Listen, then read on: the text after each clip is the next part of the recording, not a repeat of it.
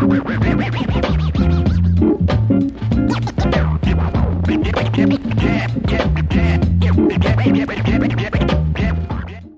so excited to be joined by Pete today.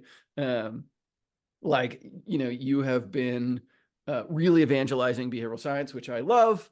And this is going to be kind of a unique perspective today because you and I are separated by a few years and a few strands of hair.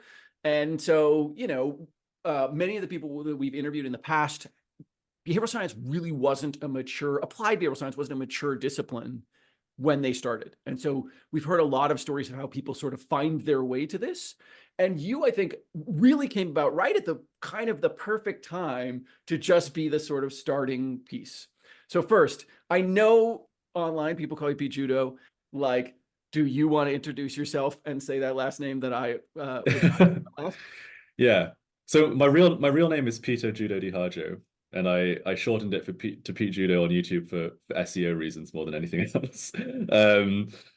But yeah, my real name is Peter Judodihardjo. You can call me Pete or Peter. I don't mind. And awesome. I've been into behavioral science since about the age of 15 or 16. And I'm 25 now. So it's almost a decade of my life and a big chunk of it. So very, very happy to talk about it. Yeah. And so talk to me about this, because I know, let's start maybe even at the high school level. So wait, so you're 15 and someone gives you a book, you're 15 and you see it, what's the sort of germ that, and we should set this off, right? So this is being recorded such that, you were 15 in what year? So I'm 25 now. So 15, I was 9 years ago, 10 years ago. So this is like 2014, 2015. Yeah. And yeah, so what kicked it off was my brother went to university, my older brother, and I was home alone with nothing to do. And so I decided to just watch a ton of TED Talks because I was a nerd, and that's what nerds do. So I was watching loads of TED Talks on everything from architecture to beauty to all kinds of stuff. And then one of the TED Talks I stumble across is Dan Ariely's TED Talk. Are we really in charge of the decisions we make? I think it's called. And it just blew my mind, right? And he was talking about the research that he was doing. He talked about the decoy effect. And I just thought this is the coolest thing in the world. And I instantly became obsessed with his research and his work initially. And then I found Rory Sutherland's TED Talk. And Rory, if you don't know Rory, he's the co-founder of Ogilvy Change, or Ogilvy's behavioral science practice, and he's a real evangelist of applying behavioral science in business. And I became fascinated with him as well, and his way of thinking and how he used behavioral science as a tool for innovation and product development. And so I thought, that's really what I want to do with my life. It seems fun. It kind of blended my love of creativity and science together, and business as well. And I thought this is just the perfect field for me to get into. So I really became obsessed with it from that point. This is me age 16. And then I had a friend of mine who was incredibly intelligent, and I said, do you know anything about this behavioral science stuff? And he was like, oh, I heard there's this book called Thinking Fast and Slow that everybody talks about. Maybe you should give that a read. And so I did. So that summer I read all of Thinking Fast and Slow. And that was my initiation point to the field. And it was really off from there. From that point. I know you did your A-levels in maths and econ. Is that because of a love of behavioral science, or that was sort of already the plan and it's kind of fit with that? So that was because I knew I wanted to do behavioral economics or behavioral science. And so I told my dad, hey dad, I'm going to study psychology. And he was like, no, you don't make any money in psychology. So he said, do economics and maths. So that's what I did. And he was like, then if the psychology thing doesn't work out, you can go and work in the bank, which is funny because we'll get onto why later. So that's what I did. I ended up loving economics, and I loved and I was pretty good at maths. But then when I got to university, I didn't get into the economics course that I wanted. And then I was like, well, so I called up the university and I was like, have you got anything else? I'm desperate here. You got anything else for me? And they said, well, we have space on the psychology course. And I was like, perfect. Absolutely. Hey, Dad, I Sign me couldn't get up. into the econ class, but they Yeah, have the exactly. universe. I tried. I tried. But wait, before we Yeah, get there, you went to Warwick. I went to Was work. that Yeah, like, because they have a fantastic applied behavioral science program, right? yeah, Known for it. yeah. Why you chose them? Is it, sort of, were there other considerations? Like, how did you sort of, bridge over into Warwick from your A levels? It was so just like any kid going to university, I went to open days in lots of different unis, and at first I thought I was going to Oxford, so I went to Oxford, and I talked to the econ professor there, and I was like, "Do you do any behavioral economics at Oxford?" And he goes, "No, we study real economics here." And I was like, Which is "Wow, the most okay, Oxford thing to say in the world. right." Now I've heard since then that they're a bit more receptive these days, but at least back then, it was a very clear signal that like this is not the place for me. And then when I went to the open day at Warwick University, it was a completely different energy. And they were really forward thinking. The professors there were talking about Kahneman. They were talking about, system one, system two thinking. And I was like, perfect. Like this is the place for me to be where people are really embracing these ideas and not regarding them as not real economics, right? And so I applied. I did something very stupid, which I don't recommend, which is I only applied for one university, Warwick Warwick. or bust. I like Warwick or that you're like bust. psych or bust. Yeah, I No, I econ was all maths. in. Yeah, I kind of have that attitude to life. Um and uh and then yeah, through this roundabout way, I ended up on the psychology course instead. And it turned out to be the best accident because I reckon if I did straight economics, I would have dropped out. Like I would have been so bored Mm. by just all the econometrics and all the mathematics of it. And with psychology, I really found myself. Like I loved psychology. It's so interesting. Everything from the neuroscience to the mental health stuff, and then of course all of the social psychology stuff, which is so closely related to behavioral science. And I fell in love with it. And so I'm really glad actually that I ended up on the psychology course and not the economics course. Um and it was while at Warwick that I actually um weaseled my way into the behavioral science team. Uh, that was at that university. Should we talk Wait. about that? Yeah, of course. Like anytime someone uses the word weasel. So we've already heard one theme that we hear a lot, which is applied behavioral scientists are stubborn bastards. Right. That Right. sort of like, we're only going to apply for one school. We're only going to, there is a Yeah. sort of single-mindedness. And it's hard to tell if that's associated with applied behavioral science or if it's just the nascentness of the field, and the people that survive in nascent fields are people who are sort of gritty, right? Yeah. So this definitely is a theme that emerges. The word weasel is also a theme that emerges, meaning, people find ways to when you're in a scarce environment, people find ways to navigate these paths to sort of Yeah. get themselves into unlikely places. So you're like, a freshie here at Warwick, and like, Yeah. sort of, before you came, did you know there was a behavioral insights team there? I didn't. And I only found out because they run this event every year called the Behavioral Science Summit. It's like a conference basically where they invite a bunch of speakers to come. And then I just saw it advertised on campus and I was like, this sounds amazing. Let me go. And so I went at the end, like you say, I was a freshie at the end of my first year. And then at the end I ran up to the organizer and I was like, how do I join your team that organizes this thing? He was like, well, we're all like post grads here, like we're all like masters and PhD students, and you're like some kid. But you know, but like if you're eager, like come on Yes, but down. you're And handsome and eager, and we are receptive to that. yeah, I mean, I think they were looking for younger people actually, and they were finding it harder to reach sort of the undergraduate audience, and so they were glad to have me on, and so I worked my way on, and like you say, like behavioral science was a little bit more established when I was younger, but it still wasn't like that established. And so I was trying to figure things out, just trying to find anyone in the industry. And it turned out to be a great decision to join that team because I stayed in that team until the end of my time at Warwick. And by my third year in the team, I was leading it. And I was organizing the summit that I went to in that first year. Um, yeah, and I met a lot of good friends. I met Merla, who I think you've had on this fireside chat before. She's a good friend of mine now, and we met in that team at work. Yeah, I mean, at work is uh, as an American, as a Yank, like not a school I knew anything about, but like has Yeah. really become, you know, look, the LSE program is obviously a wonderful program. I'm not saying Warwick is the only program Yeah. in the UK, but like it really has emerged as like a very, very, very strong applied behavioral science. You know, if we look at the behavioral science Slack, you know, there's tons of people there that are either at work or came through the work program.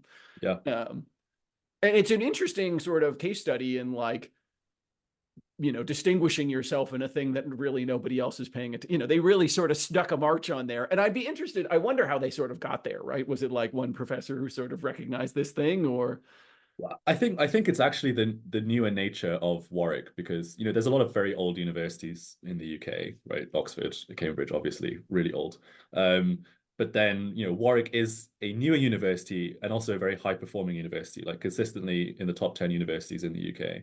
And so it was uniquely placed as like, we're very high performing, but we think, and we're a lot more forward thinking than these old kind of stuffy universities that have all these sort of legacy ways of working. And so I think that kind of culture really allowed for behavioral science, which was this kind of like wacky, weird, tangential field at the time, to thrive in a place like that, where people were willing to embrace new ideas and new ways of thinking and challenging the old system. And that's really how behavioral economics was in the beginning, right? It was all about, this is what classic economics says, this is what behavioral economics says, and like not many universities were willing to embrace that way of thinking. Warwick was a really good place to do that. Yeah. I mean, it really has produced some fantastic folks like yourselves and others. So you're on the BIT team, you sort of weasel way you're on there. This is Yeah. also, you start working for Wendy Wood as like a social media consultant around this time too. Was social media Right. a long-standing interest for you? It sort of came up as part of, as Yeah. a powerful behavior change tool. Like where did that, because, you are unique Yeah. in your dedication to science communication, right? I mean, I do Thank I you. do these talks, right? We do some Right. science communication, but I spend a huge amount of my time, Yeah. on focused on applied behavioral science. You really have embraced the community. Where did Mhm. that sort of, is that echoing here at Warwick? That comes in later? Yeah. So that really started in that BIT team, because what I found was that I loved teaching other people about behavioral science. And so what as part of my role in that team, I was basically acting as a behavioral science evangelist on campus, just like hosting all of these talks, introducing students, staff members to this field of behavioral science. I would bring it into like every project I had during my degree, as much as even when it was like they were like, okay, that seems a bit random, but like I guess it's relevant. Um, so yeah, so that's I found that I just loved teaching behavioral science. And then what happened was that in my final year of my undergrad degree, I was organizing this big conference, and we had everything set up, all the speakers lined up, including a headline speaker of Rory Sutherland, right? The guy who got me to the field in the beginning was lined up to be the headline speaker that year, and COVID happens, right? It's 2020, and everything goes into lockdown, and it's a bit hard to hold a conference in a lockdown. Um, And so we were gutted. And basically what happened was that we had to tell all the speakers, we're canceling the in-person conference. If you can send us a talk, we'll upload it to our YouTube channel and kind of have sort of a conference on YouTube. But yeah, it was definitely not a great feeling. And then I reached out to Rory to do the same, and fully expecting him to say no, right? Like, as our headline speaker, busy guy, like there's no way that he says yes to recording some silly YouTube video for us. And he said yes, which was unbelievable. He's a really top guy. He's so generous. So he recorded that talk for us, and then while I was sort of coordinating with him to get that off him, he wanted to have a call with me, right? Which was crazy for me, right? You imagine, as this guy who I watched the TED talk of so many years ago suddenly wants to have a call with me. So I have a call with him. I'm a nervous wreck, and he says, it's really great that you're uploading all these talks onto YouTube. He said there's actually not a lot of behavioral science YouTube content out there. Um, here at Ogilvy, we host this thing called Nudge Stock, and that's like a good amount of content that we upload every year, but there's really not that much out there. Well, and it's one big, Nudge Stock is a ton of talks, but it's, 24 hours Right. you know, it's sort of, it's not a series. And Rory's right. I mean, I think there's a couple of things that come up in there. One, you know, I love behavioral science's open community. That's a theme that we hear time and time again. You know, Yeah. experiences just like yours, where people are like, there's no way this person is ever gonna, you Yeah. know, this thing is ever going to happen. But, you know, in the behavioral science community, it kind of does, right? To your point, you know, Rory, who I know very well, right? Yeah. You know, he is going to hop on a call with a young person. He is going to upload that photo. He is going to do that thing. You know, I have open Yeah. office hours so that anybody in the world, you know, can take 30 minutes with me. Right. And, you know, it is amazing the people who sort of show up and are like, I can't believe you're willing to talk to me. And, you know, I think a lot Yeah. of behavioral scientists are very generous with their time. And I think it's a generous thing to create content. I mean, I think, you know, the work that you've done, and we're going to talk about the pivot and the work that you've done somewhere in here, Yeah. Yeah. We'll get there. Yeah. because that is important. But I really do think that that is that willingness to take a chance, both on your end, right? Hey, I'm willing to talk to, you know, I'm willing to reach out. I'm going to make that ask. I'm going to make what feels to me like a big ask, and then the willingness of the receiving person to sort of do it. I always remember how I ended up in my first startup. Um, you know, in the tradition of this is 2000, like 7, 8. So this is like really early days. You know, academics just have their phone number on their, like, you know, academic website. You know, you can call their Yeah. office. And so this startup called Dick Thaler and was like asking him for advice about their startup. And he like talked to him for like an hour. I think this was probably pre-Nobel Prize. They then asked if he would join the startup, and he was like, absolutely not, but you can Matt Waller guy. Right. Yeah. So you know, they found me through Dick Thaler. But even the fact that Dick Thaler, like future Nobel Prize winner, was willing to like get on the Yeah. phone with them and like have a conversation is a very behavioral science community sort of thing Yeah. that we do here. Yeah, yeah, certainly, and yeah, like you say, it's a sentiment that's been echoed across lots of my colleagues in this field, where it's just people are so generous in this field, and it's something that I've tried to carry on myself now that I have somewhat of a profile online. Like, people reach out to me, I still try and make time to meet people whenever I can. Yeah, and come on shows like this one, which we appreciate. Yeah, So, yeah, so you're starting to do some social media for Wendy Wood. You're starting to create your own content, right? So Rory kind of brings up YouTube, and you go, "Hey, there's a niche here, right? This is yeah, starting to be a thing for you." exactly. Yeah, so it's lockdown. I can't get a job, so I'm like, fine, I'll start a YouTube channel, and I'll do my masters at the same time remotely. And let's talk about that. I mean, because you went right undergrad to masters, right? No break. You were No right. break. Yeah, Did the you? plan was to take a break initially, but then the pandemic, nobody's hiring, might as well upskill, right? That was like the good advice that everybody had. So I So took that was that so you advice. didn't come into undergrad being like, "Hey, I'm going to go get my master's immediately." It just sort of worked out because of the pandemic that way. Exactly, yeah. And I did apply, I mean, I had applied previous to the pandemic happening. And then Warwick had a conditional offer for me, and then the pandemic hit, and they were like, it's unconditional, just come. Just come if you want to do it. Unconditional now. Yeah, yeah, exactly. Yeah. So yeah, I mean, yeah, so yeah, it was a great experience to do that. Actually, it was a great use of that time being locked inside to just make YouTube content and really, yeah, I knew a little bit of video editing from like stuff I've messed around with in the past, and obviously I've been teaching behavioral science at Warwick in person for a couple of years already. So I was used to communicating behavioral science. I knew what methods of communicating behavioral science really resonated with people, at least with a live audience. And it was just about trying to translate those skills that I learned from the live audience and the editing and filming skills that I learned as a hobby, and turning that into this YouTube channel. And so that's really where it started. And how I came into contact with Wendy Wood was that my second ever video on the channel was about Wendy Wood's book, Good Habits, Bad Habits. It's a book which I love, and I still recommend to everybody today. And yeah, I was talking about one little part of the book where she's talking about the marshmallow test. You guys know the marshmallow test, right? The kids have to resist the marshmallow. If they don't, then you know what I mean? Yeah. Okay. So I'm talking about this famous experiment, and then I just tweet it. I tweet it at Wendy, and she sees the tweet and she reads it, and then she reaches out, which I never expected. And then she was like, "Hey, I'm looking for someone to help me with my social media stuff. Do you know anyone?"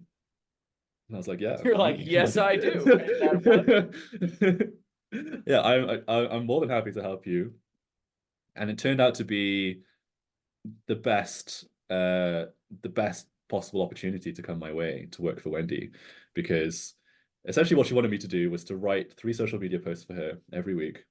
And because she's such a great academic, she wanted to make sure that everything that I was tweeting had a citation.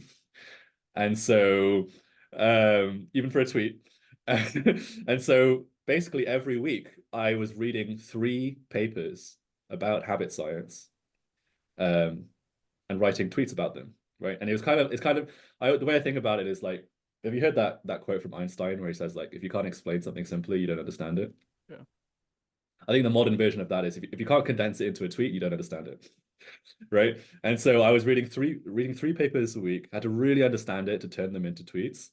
And then by doing that for over a year, I suddenly accumulated this huge amount of knowledge of the academic literature around habit science. And so by the time I graduate from my master's degree, and I'm applying for jobs, I'm really positioning myself as like, yes, I'm a young, enthusiastic behavioral scientist, but really I'm a habits expert. So even within this niche field, I had an even more specific niche within that field, which is habit science. And that's really something which I only gleaned through working for Wendy Wood because of this exercise, and also because like every time I would tweet, she would read my drafts and she would correct my thinking. So I had like the world's leading expert on habits correcting my thinking on habits on a weekly basis, and it was just this incredible learning experience, which I treasure to this day. And there's a lovely part in there about sort of learning by doing, right? There's a difference between I read 3 papers a week every week for a year, and I read 3 papers every week for a week and then was forced to summarize them and then was corrected by the author of the paper about how my summarizations were flawed, right? Right. Alana on my team and I talk about this a lot. She learns a lot of behavioral science just by writing something and then me being like, well, let's talk about how this is actually slightly different, because it is those subtleties that make science communication sort of work the way it does, because in summarization, it's easy to generalize to an extent where something could be unintentionally false, Right. which is different than intentional falsehood, which we will talk about. Right. Yeah. But it is easy to make something sort of unintentionally false. And it's hard because, all summarization requires at least some generalization, which, Yeah. creates, ambiguity is the right word, but some disclarity in the field for lay people at times. Mhm. So you're in the pandemic, you're like getting this master's, you're working for Wendy, like the world starts to open up again, and you sort of end up at Ogilvy, right? Right. Back with Rory and Co. Back with Rory. Yeah. So, Rory and Wendy are I regard them as like my 2 mentors throughout my career. They've really been like monumentally influential over my life. And so I get to the end of my master's degree, I graduate. At the same time, I have this fledgling YouTube channel, got a couple thousand subscribers, and I'm applying for jobs. And I apply in a bunch of different places, and then I reach out to Rory because we never stopped talking since that initial call that I had at the end of my undergraduate degree. For over the year, we never stopped talking. So I reach out to Rory and I tell him like, hey, look, I'm looking for a job soon. Like, is there anything coming up?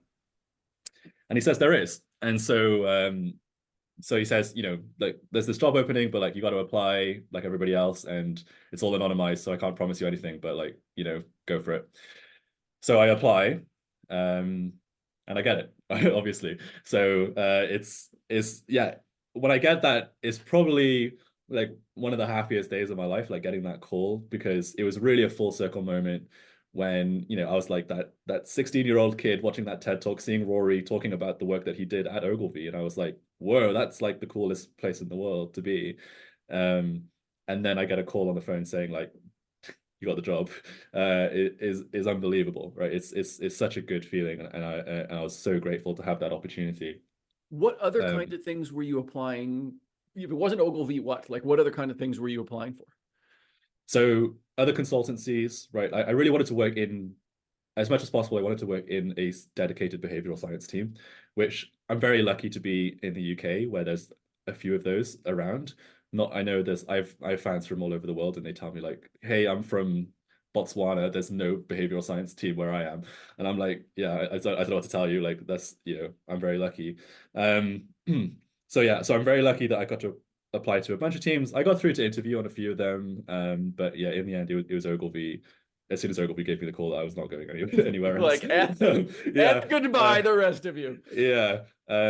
So I get into Ogilvy, and it's fantastic. Like, it's the people there are amazing. Like, it's a genuinely such a creative, impressive team that they have over there, and I learned the pace of learn. Like, I went in kind of cocky, thinking like, oh yeah, like I've got this behavioral science YouTube channel, and I've blah blah I blah blah know blah. things. I know I have stuff. skill. I've read books, and then I go in and I'm like I don't know how to. The whole applied side of behavioral science is a whole thing to learn, right? Like, how do you take these concepts that are very academic and translate them into creative solutions for your clients, especially in a consultancy where you have to do that at pace, right? You don't have time to run a 3 month research proposal, right? Like, you got to go straight into it. So it was a fantastic experience. I learned, a lot about applying behavioral science, and just all about business in general, from working there, and really enjoyed being part of that team, and working directly under Rory, having regular contact with Rory, was just an amazing opportunity. Yeah, I think that one of the things that comes up a lot is that transition from academia into applied, right? And how different, it is so easy to feel like, well, because I know this science, I must be able to do this thing, right? But Yeah. it's like being a physicist trying to be an engineer, right? Like, just because you understand the physics of bridges doesn't mean you can build a bridge, right? And get, Right. 100 laborers together to like build a bridge. And so much of building anything in the world, and that's particularly in the business world, is an understanding of the building process, right? Which is, to your point, occurs at a very different pace than academia does. Yeah. It's interesting to me how academics sometimes perceive themselves as busy. And then I sort of listen to their schedule and I'm like, and you think that's like, you produced 3 papers this year and you think that's busy? Like, it's not the pace. Yeah. But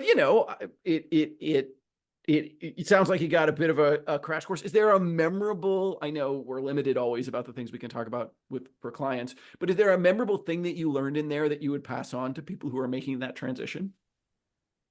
Yeah, I think the sort of the way that Ogilvy thinks is very useful to almost any business that you're working in. And the way that they think is they use behavioral science as a way of joining the dots between solutions in different industries.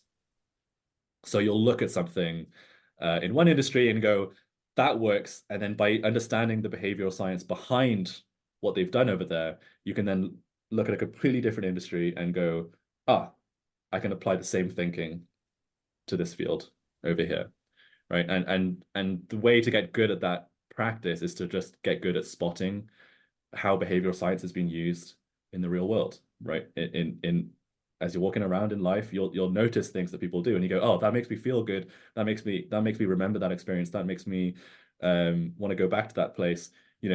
Why did that happen?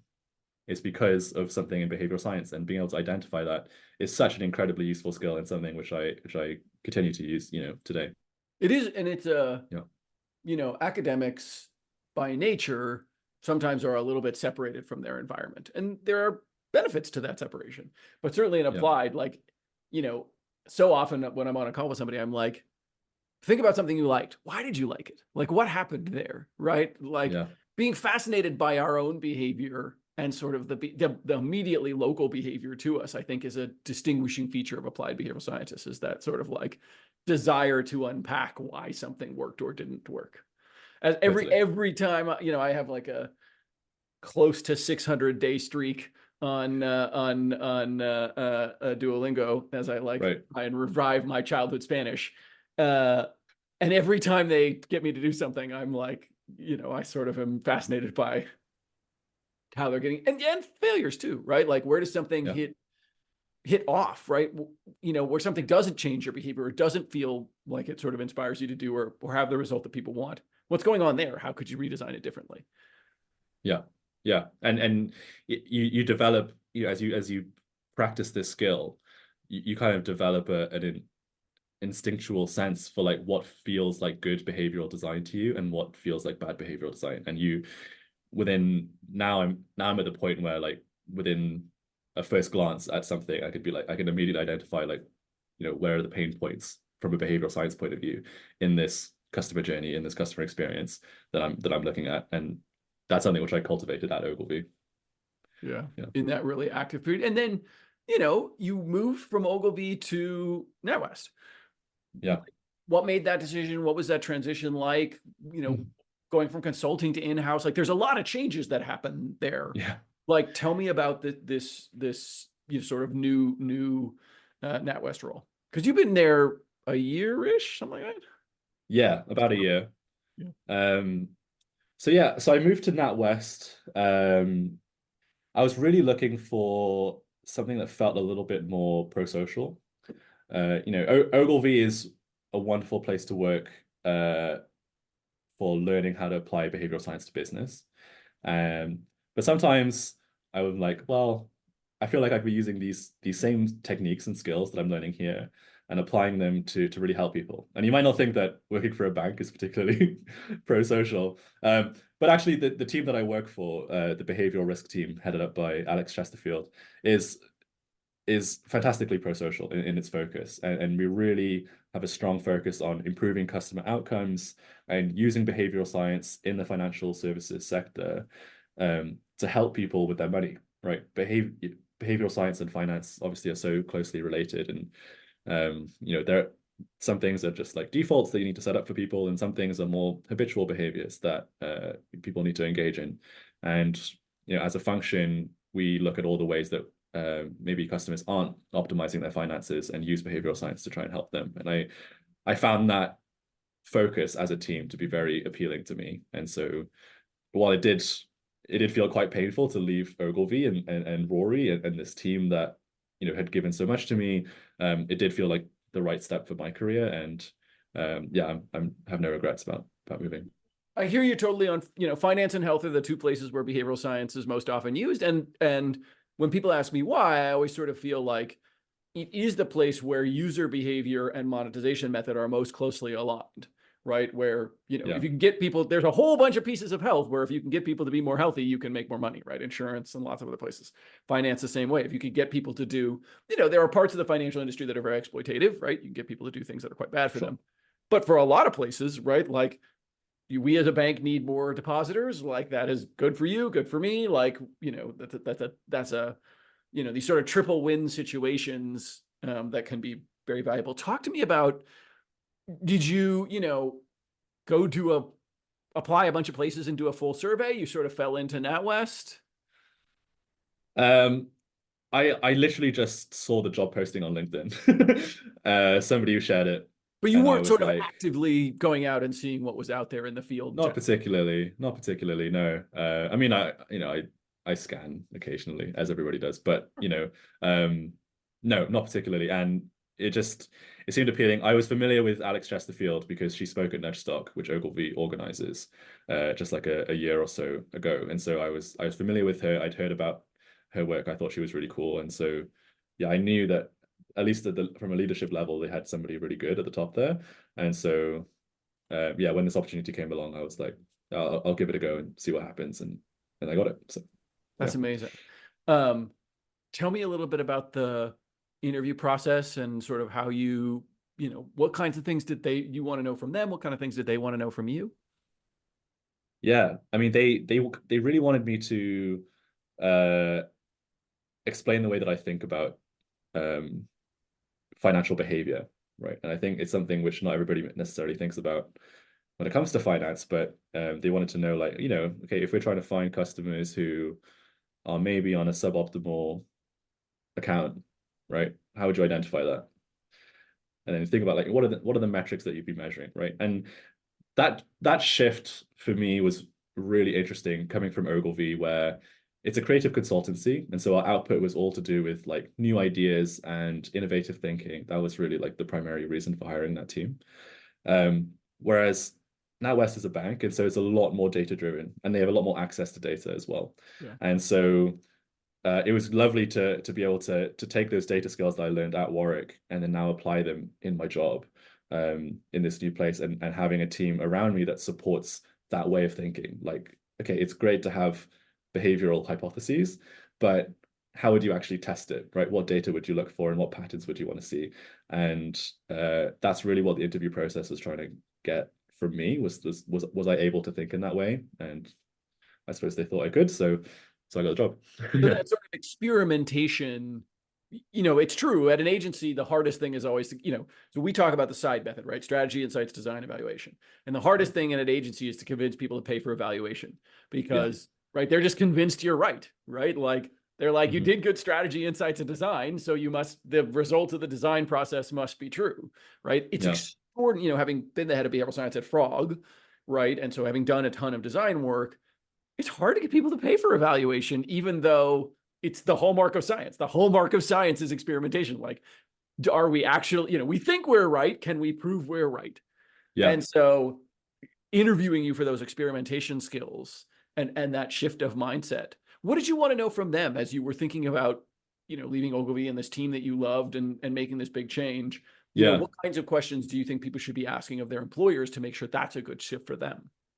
I mean, I wanted to just be sure that I wasn't joining a team that was scamming people using behavioral science, right? Like, that was like primary focus number one for me. And obviously I didn't phrase it that way in an interview, that would be suicide. But I was essentially like probing, like, what does your day look like? What kind of projects do you work on? Typical stuff, just to make sure that like that the work that I'd be doing would be aligned with like the reason for me leaving Ogilvy in the first place was to utilize these skills in a more pro-social way. And so, yeah, it was very reassuring to talk to the team about that. And I would encourage people to always check, like, does the company that you work for align with your values, especially when it comes to behavioral science, because it's such a human-focused industry where we're shifting human behavior. And so you always want to be doing that to help create the world that you think is the right world, right?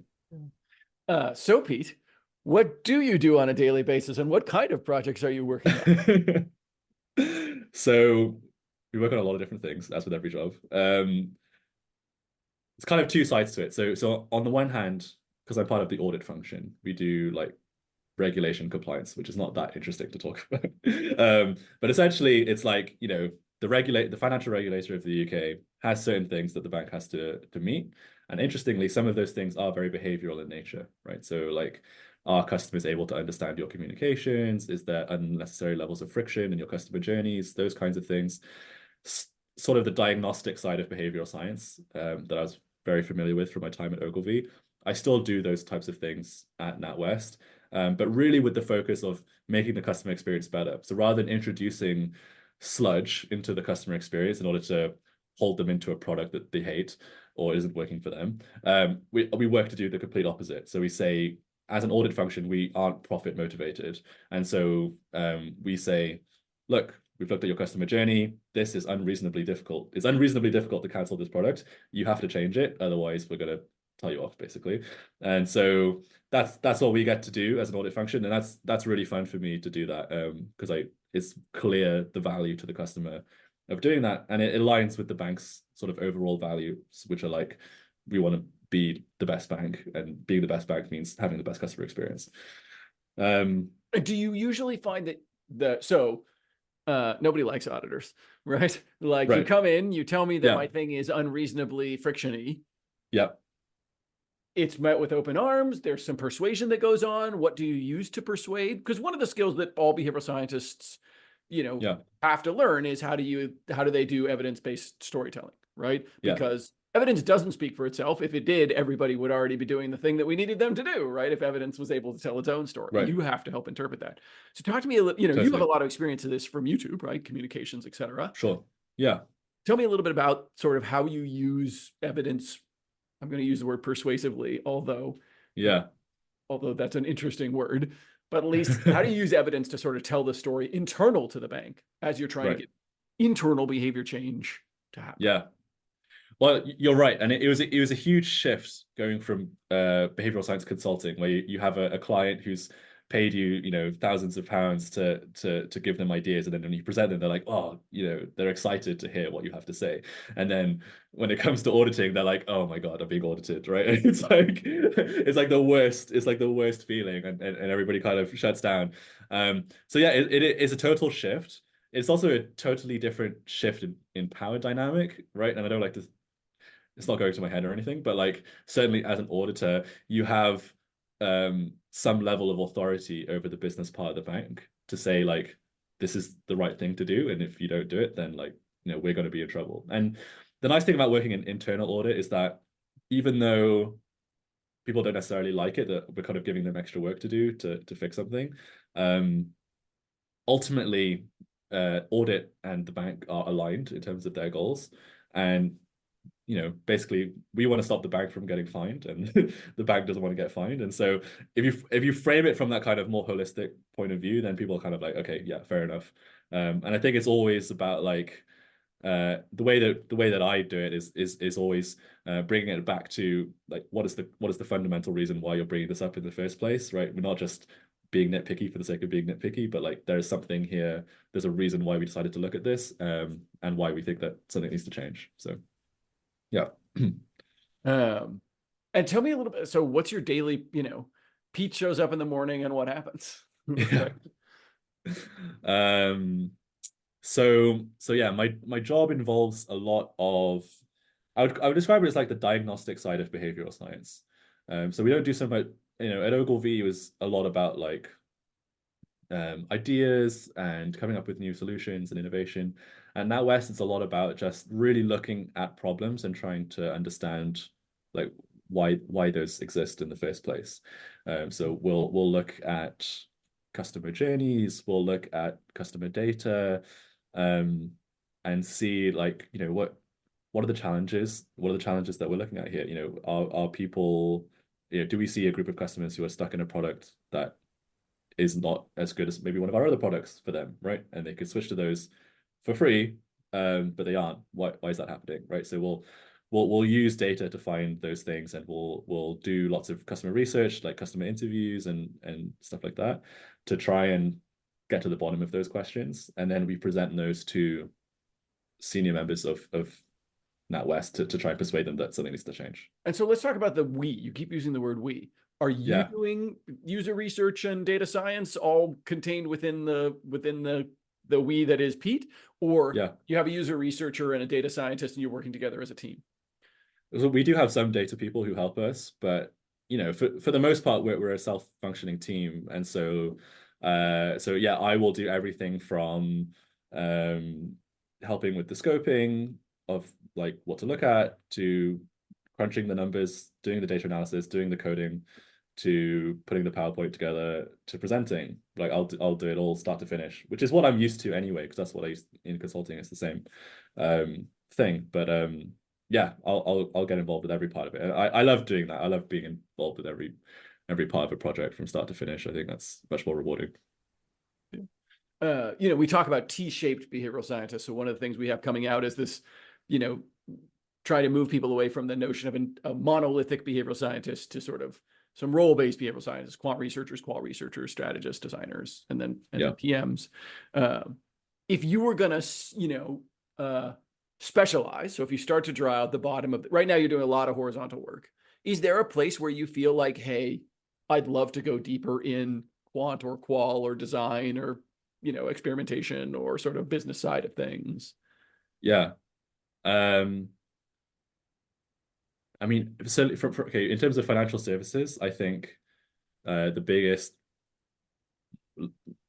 area of improvement, I think, is like communications, right? Just how do we talk to customers in a way that makes sense to normal people, right? And banks are historically terrible at this, especially older banks like my bank, NatWest, right? And you know, okay, they're improving for sure, and I'm helping them improve, but like just you know, banks have a whole language that they speak to each other, right? Like it was such a huge learning curve when I first joined to understand all these financial terms and a million different financial products that we offer. It's a completely different world. And then you see some of that language then feeding through into like the communications we send to a plumber in Bristol, like he's not going to understand what we're talking about. And so, yeah, I think like communications can be so powerful. And we've seen in behavioral trials in banking, but also in like related industries like energy and so on, that like simple changes to communications can have dramatic impact on people's behavior change, right? And so, yeah, just improving, for example, just one letter that you send out to a customer about a particular product can really, have big influence on their lives, right? Like if you can switch them to a better mortgage rate, like that's going to have a huge influence on their financial well-being. And when you multiply that by, the millions of customers that a bank like NatWest serves, right, that's a huge impact, right? Yeah, I vividly remember working on a finance project where they kept talking about BIPs. I'm like, what the heck's a BIP? And they said, oh, it's a basis point. I said, well, what the hell's a basis point? Right? Like that was not a clear, like, you're like, oh, Yeah, it's a there's basis jargon point. for the jargon. Yeah. It's just everyone knows what a basis point is, right? Like you cannot, to your point, send a letter to a plumber in Cardiff about the basis points of his mortgage, right? Like that Right. is not, and yet they think that's clarification of BIPs, right? Yeah, Like exactly. it's better than BIPs. I Yeah. guess. I guess it's better than BIPs. What's so let's talk about, you have also changed the focus of your YouTube channel. So you continued throughout these jobs to Yeah. create content, largely on behavioral science and largely on what I would call academic behavioral science, right? Explaining of various kinds of effects and things, right? You're not Yeah. interviewing applied behavioral scientists to talk about their projects, right? This is largely explaining effects, et cetera. And then Yeah. recently you've made a fairly large decision. Tell us how you came to that. Tell me a little bit about sort of how you're phrasing that decision in your mind, because this is Yeah. recent for you. Yeah. So I'm glad that we've structured this chat the way that we have, because if you were to say to me right at the beginning, like, summarize who you are, I'm in a weird spot. Right. I'm in a weird spot right now. Right. And I'm trying to figure it out because as I've explained, like, leading up to really just a few months ago, I was all in on behavioral science, right? It was like, it wasn't just my job, but it was like who I was, like as a person, right?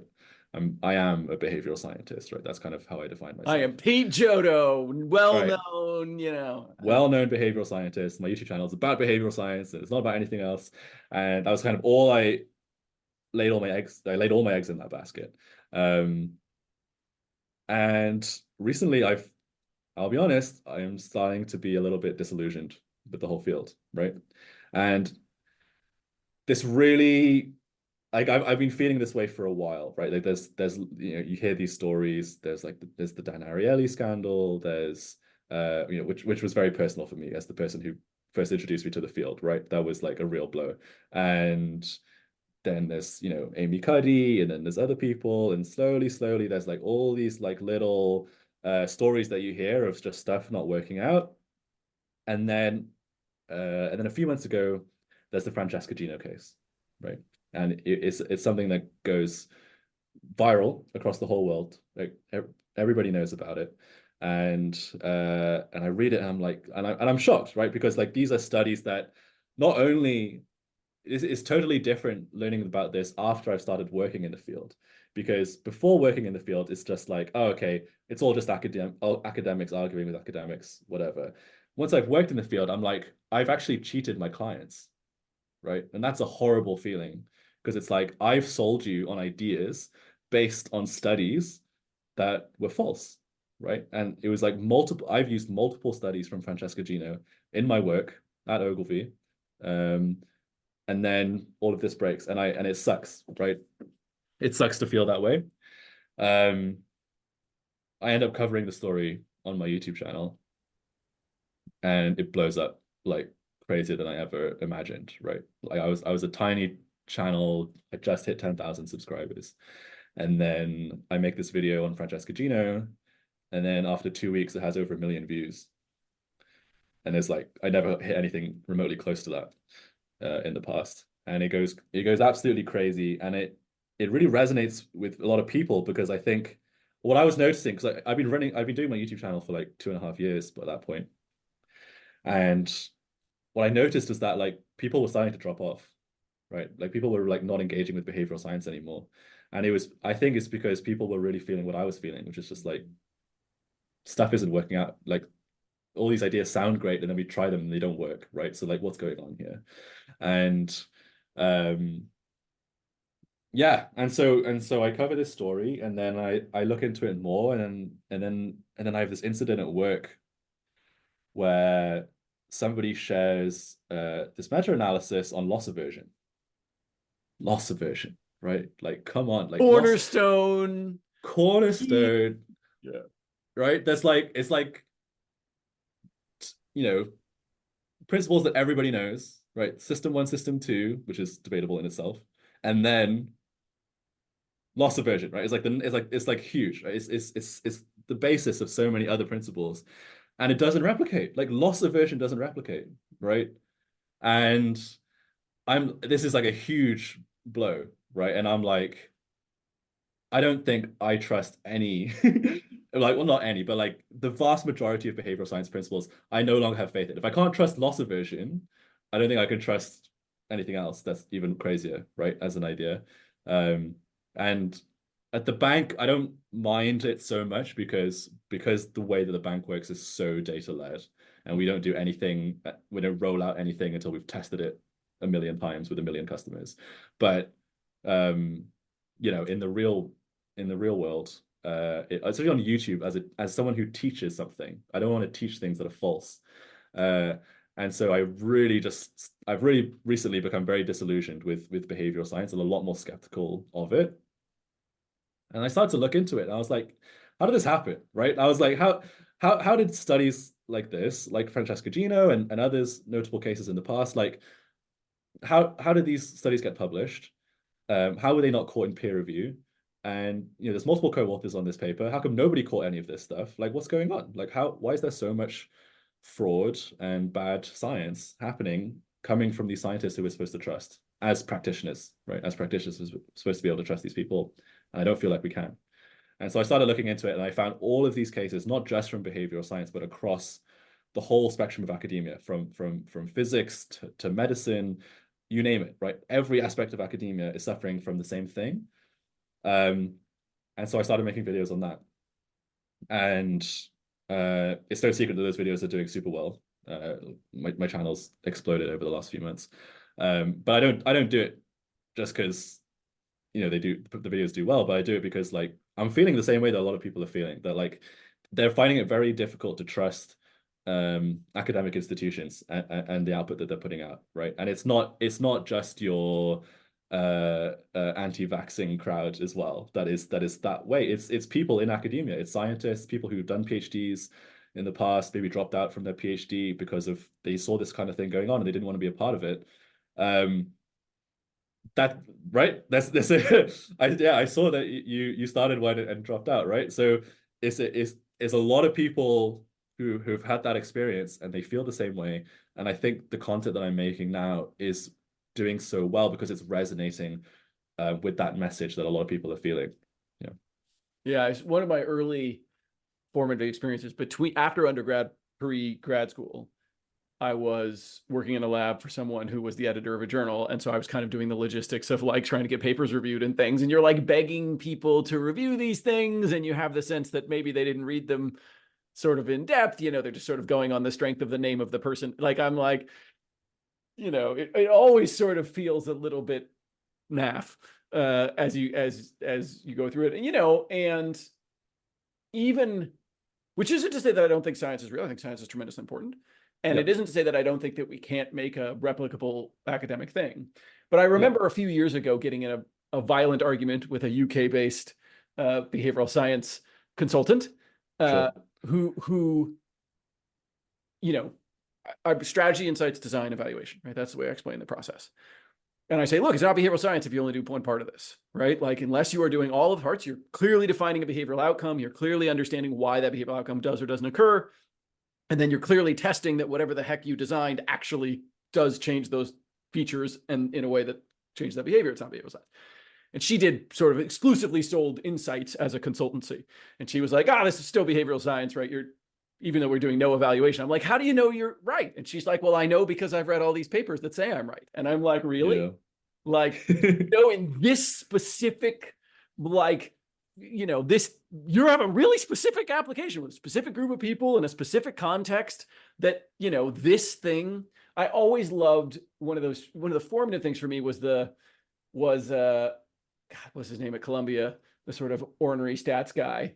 And he wrote a thing about the piranha effect, right? And he's like, look, if you took all the smoking cessation papers and you lined them up, no one would smoke, right? Because if you total up all the interventions, it's greater than 100%.